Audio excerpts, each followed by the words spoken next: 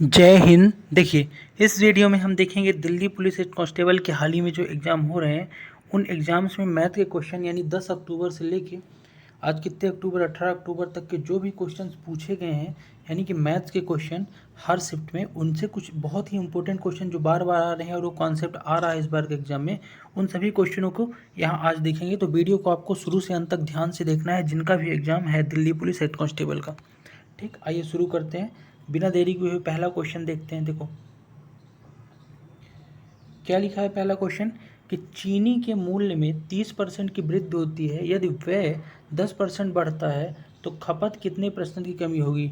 ये क्वेश्चन आपका कहाँ से है? ये रेशियो प्रोपोर्शन से भी बोल सकते हो इस क्वेश्चन को और परसेंटेज से भी। देखो, इसको करने के बहुत सारे तरीके हैं लेकिन हम बहुत ही सिंपल तरीके से अप्रोच से बताएंगे। मान लो चीनी जो है 100 ग्राम या 100 मान लीजिए 100 ग्राम रही होगी, ठीक है, या 100 किलो रही होगी चीनी। ठीक, तो होता क्या है कि चीनी के मूल्य में 30% की वृद्धि होती है। मैं मान लेता हूँ कि 100 ग्राम चीनी, अब 100 ग्राम ही मान लेता हूँ, 100 ग्राम चीनी 100 रुपये की रही होगी। कितनी की रही होगी? 100 रुपये की।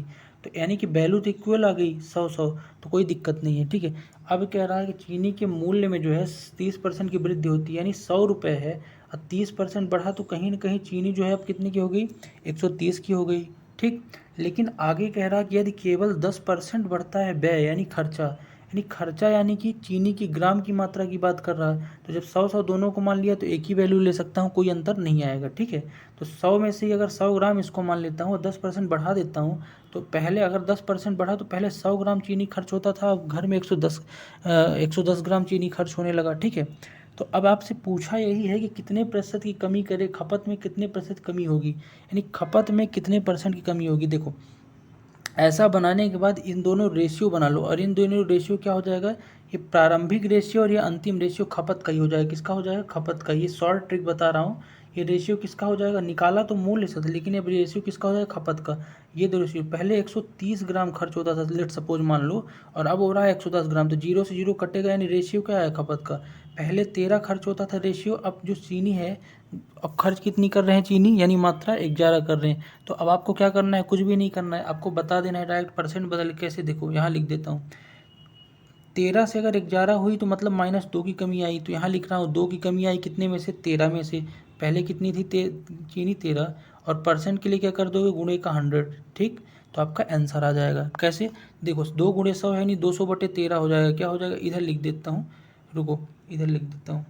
ये क्या हो जाएगा? 200/13, और 200/13 को जब आप सॉल्व करोगे ना तो ये कितनी बार जाएगा? 13 एकम 13 जाएगा और बचेगा कितना? 7, यानी 13 13 पचे 65, यानी 15.38 आएगा। क्या आएगा? 15.38। आई होप आप समझ पाए होंगे। इस तरह से आपकी अप्रोच रहनी चाहिए क्वेश्चन में, है ना, सिंपल तरीके से। अगर ना समझ में आए तो क्वेश्चन को रिवाइज करके ज़रूर देख लेना ताकि वीडियो आपको अच्छे तरीके से समझ में आए। ठीक है, चलो नेक्स्ट क्वेश्चन को पढ़ते हैं।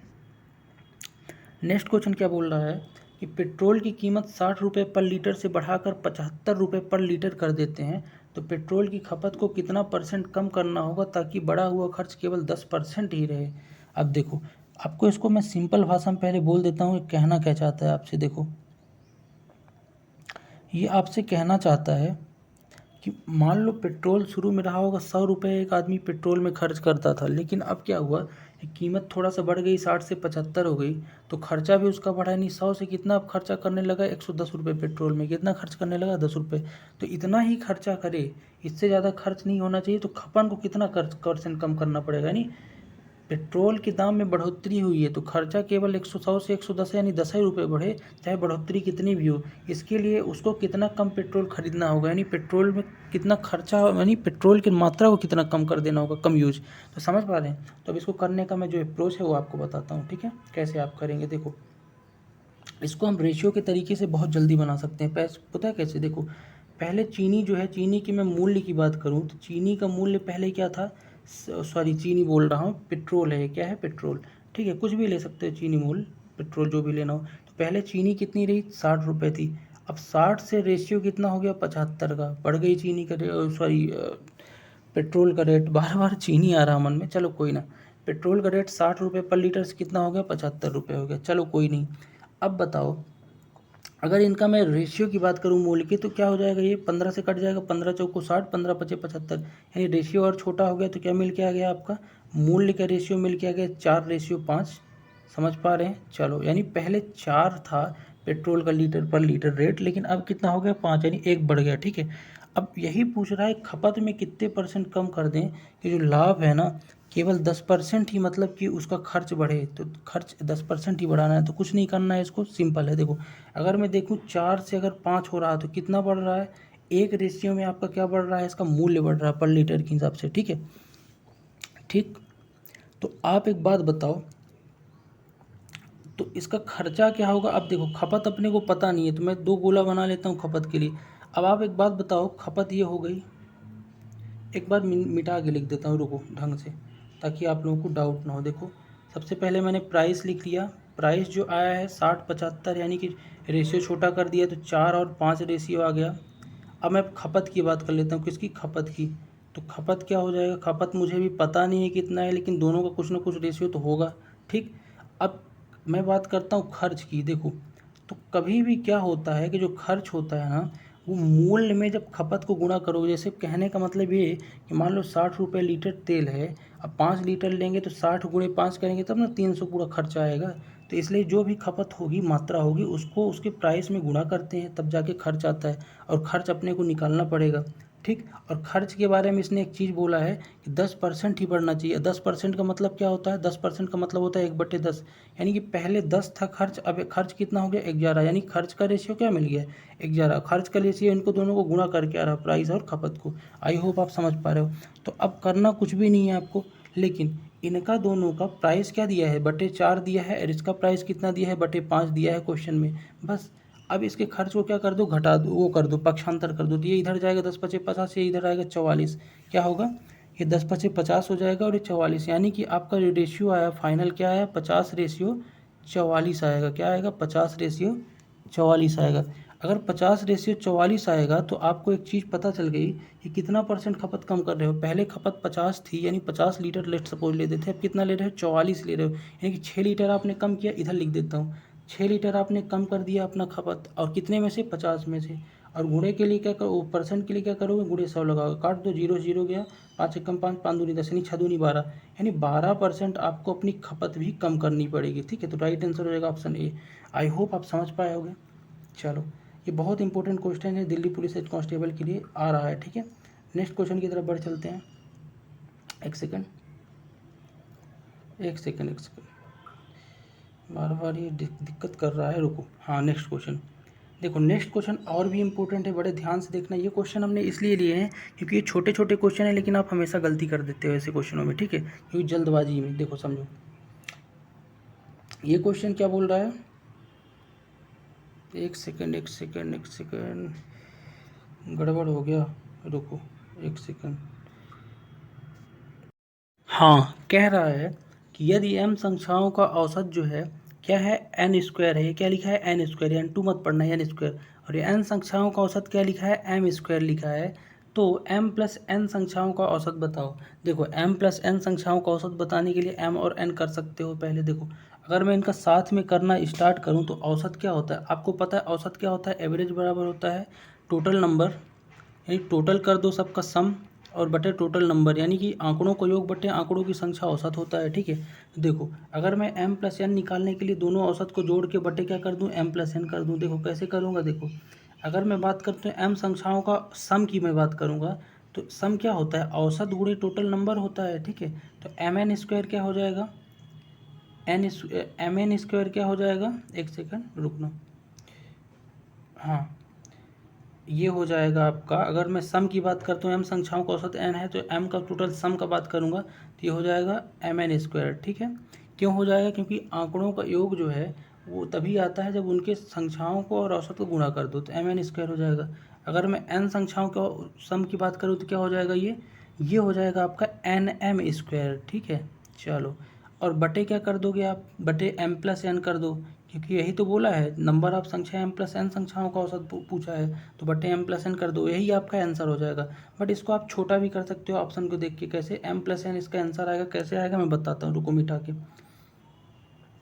जब इसको आप छोटा करोगे, इधर लिख देता हूँ, रुको मिट तो जाए, एक सेकेंड,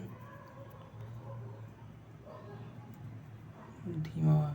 हाँ, इधर लिख देता हूँ, देखो कैसे होगा, समझो।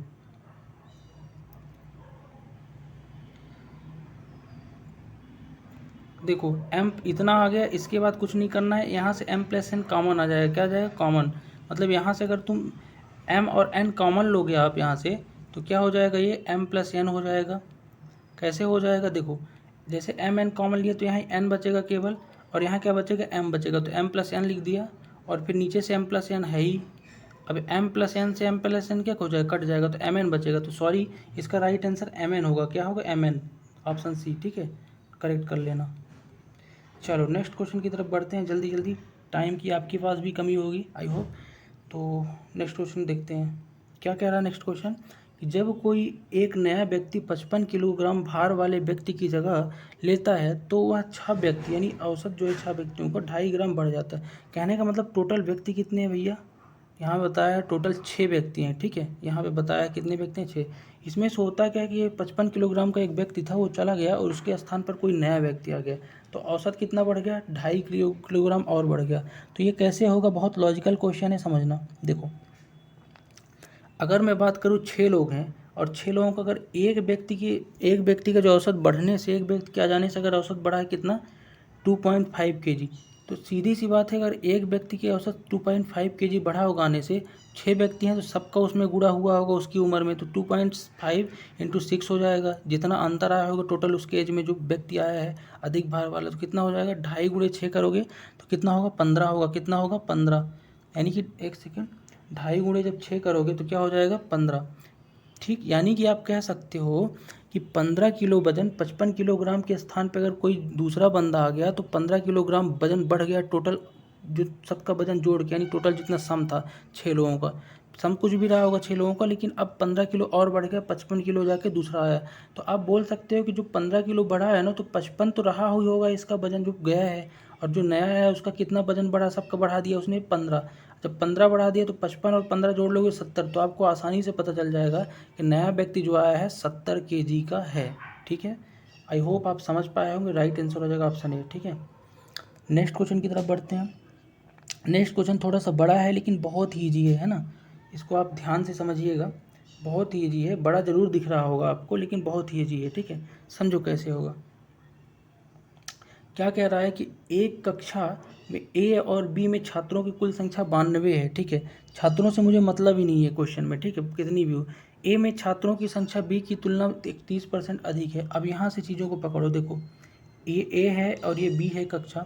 अब कह रहा है कि नंबर, अगर बात करूँ संख्या की, मैं संख्या की बात करूँ तो कह रहा है कक्षा ए में छात्रों की संख्या बी की तुलना में 30 अधिक है। अगर मैं कहता हूँ कि बी में संख्या अगर कितनी है? 10 है। कितनी है? 10 है। तो आप कह सकते हो कि 10 का जो 30% अधिक होता है 3 होता है, यानी ए में कितनी होगी संख्या? 13 रही होगी। ठीक, उसके बाद आगे क्वेश्चन पढ़ता हूँ। बी कह रहा है कि बी कक्षा बी में छात्रों का औसत वजन ए की छात्रों की तुलना में 50% अधिक है। अब औसत के दे दिया है, यानी संख्या और ये एवरेज दे दिया है, औसत वजन।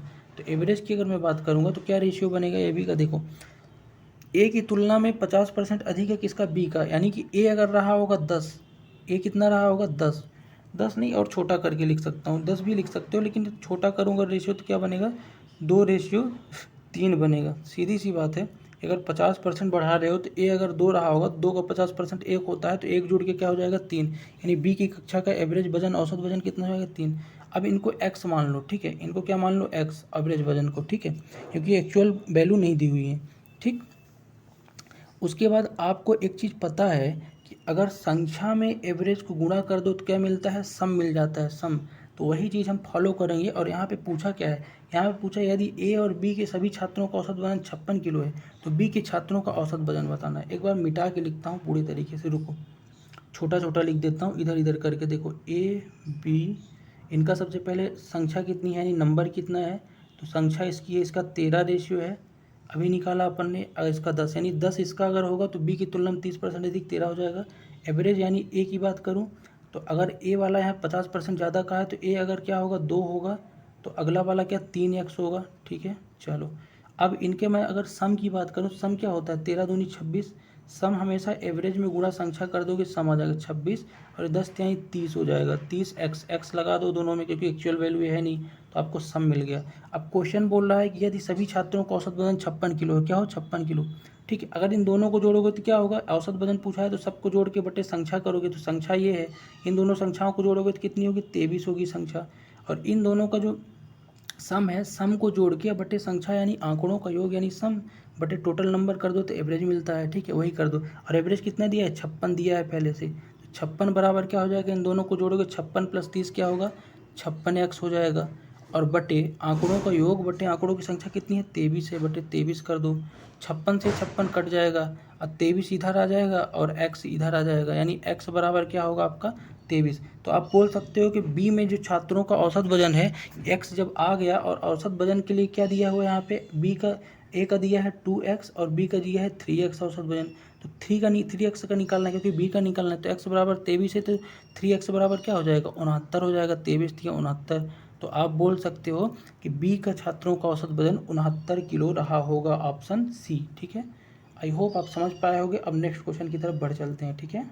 चलो नेक्स्ट क्वेश्चन क्या कह रहा है, नेक्स्ट क्वेश्चन आपका एक कैलकुलेशन से, बहुत ही सिंपल कैलकुलेशन है, आपको समझना है यहाँ पे लगा क्या है। देखो यहाँ पे अगर ऊपर देखोगे तो ए 3 बार अगर 6.6.5 करके है, तो इसका मतलब इसको ये देखोगे तो एक सर्वसंख्या बनती है और ये सर्वसंख्या के रूप में लिखा है। लेकिन यहाँ पे जो आप लोग गलती करोगे ना, वो मैं बताता हूँ, वो गलती मत करना। देखो यहाँ पे फॉर्मूला क्या लगा है, फॉर्मूला लगा है आपका a³ माइनस b³ का, किसका, a³ का माइनस b³ का। और a³ माइनस b³ बराबर क्या होता है, ये बराबर होता है आपका a minus B into a² plus A B plus b²। ये फार्मूला लिख लो, मैं भी इसको मिटाऊंगा, ठीक है। ये फार्मूला होता है और यही फार्मूला इसमें लिखा है, जहाँ पे a क्या हो जाएगा 6.75 हो जाएगा a की वैल्यू, ठीक है। और b की वैल्यू क्या हो जाएगी, देख ही रहे हो 4.25, a की वैल्यू 4.25। ये चीज़ें मेरे को पता चल गई, ठीक है। अब देखो, अब मिटा रहा हूँ, ये फार्मूला लिख लेना, ठीक है। ए की मुझे वैल्यू क्या मिल गई, देखो एक सेकंड, ए की वैल्यू क्या मिल गई मुझे 6.75 मिल गई, बी की वैल्यू क्या मिल गई 4.25 है। यहाँ पे फार्मूला क्या था अपना, फार्मूला था a³ माइनस बी को, फार्मूला क्या था, फार्मूला यहाँ पे लिख देता हूँ, देखो क्या था, a minus B a² minus ab plus b², ये फार्मूला था। अब नीचे ध्यान से देखोगे तो ऊपर तो a³ माइनस b³ पूरा बन जाएगा, जिसका फार्मूला इस तरह टूटेगा, ठीक है। नीचे देखोगे तो क्या लिखा है, a² लिखा है, इसका मतलब क्या है इन दोनों का a², इसका क्या है प्लस का ab a into B, sorry b² है और ये ab है a इंटू बी, यानी बाद में लिख दिया, कोई दिक्कत नहीं है, प्लस हो जाएगा ये, ठीक है। याद रखना ये प्लस होगा फार्मूले में, यहाँ पे a minus B into a² plus ab plus b²। तो आप देखोगे तो ऊपर तो ए फार्मूला पूरा बन के आ जाएगा a³ माइनस b³ का इस तरह से। लेकिन नीचे क्या लिखा है, नीचे लिखा है आपका a² plus ab plus b² लिखा है, हालांकि क्रम यहाँ बदला है। अब ये दोनों क्या होगा, कट जाएगा इसी फॉर्म में ना, ये तो बचेगा क्या, केवल a माइनस बी बस बचेगा, यानी a माइनस बी बस बचेगा। और a माइनस बी की वैल्यू क्या है अपने पास, a जो है 6.75 है और b क्या है 4.25 है, माइनस कर दो, a माइनस बी बोल रहा, तो यही फाइनल आंसर होगा।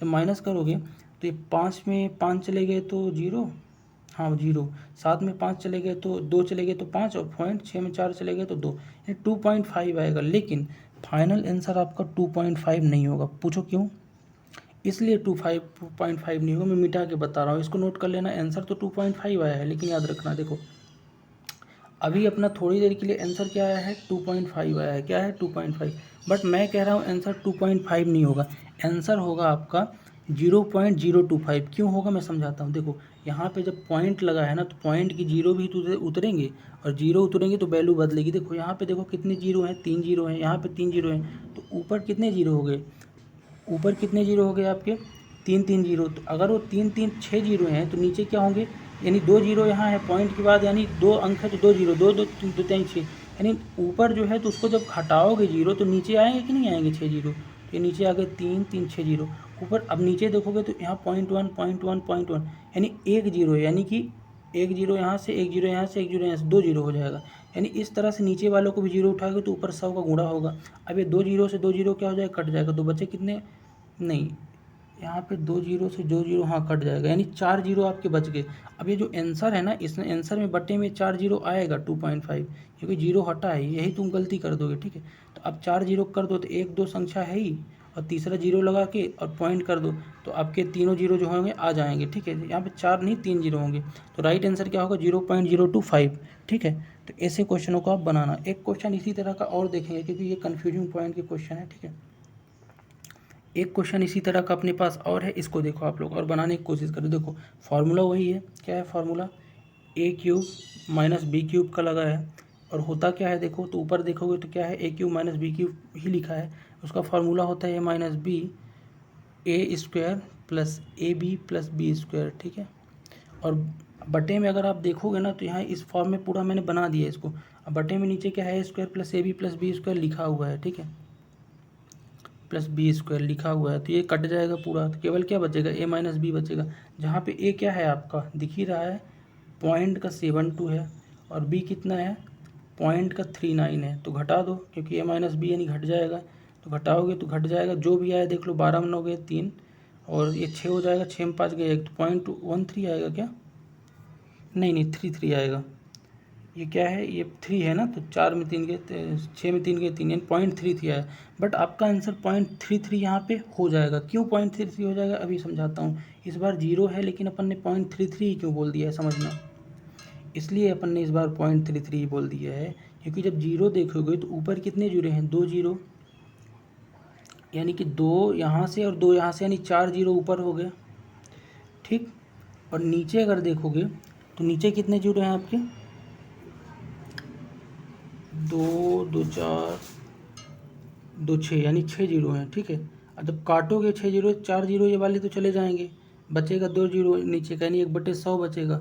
ठीक, लेकिन वैल्यू अपनी कितनी आ रही थी, जब जीरो हटा दिए तो क्या हो जाएगा, ये ए माइनस बी यानी 72।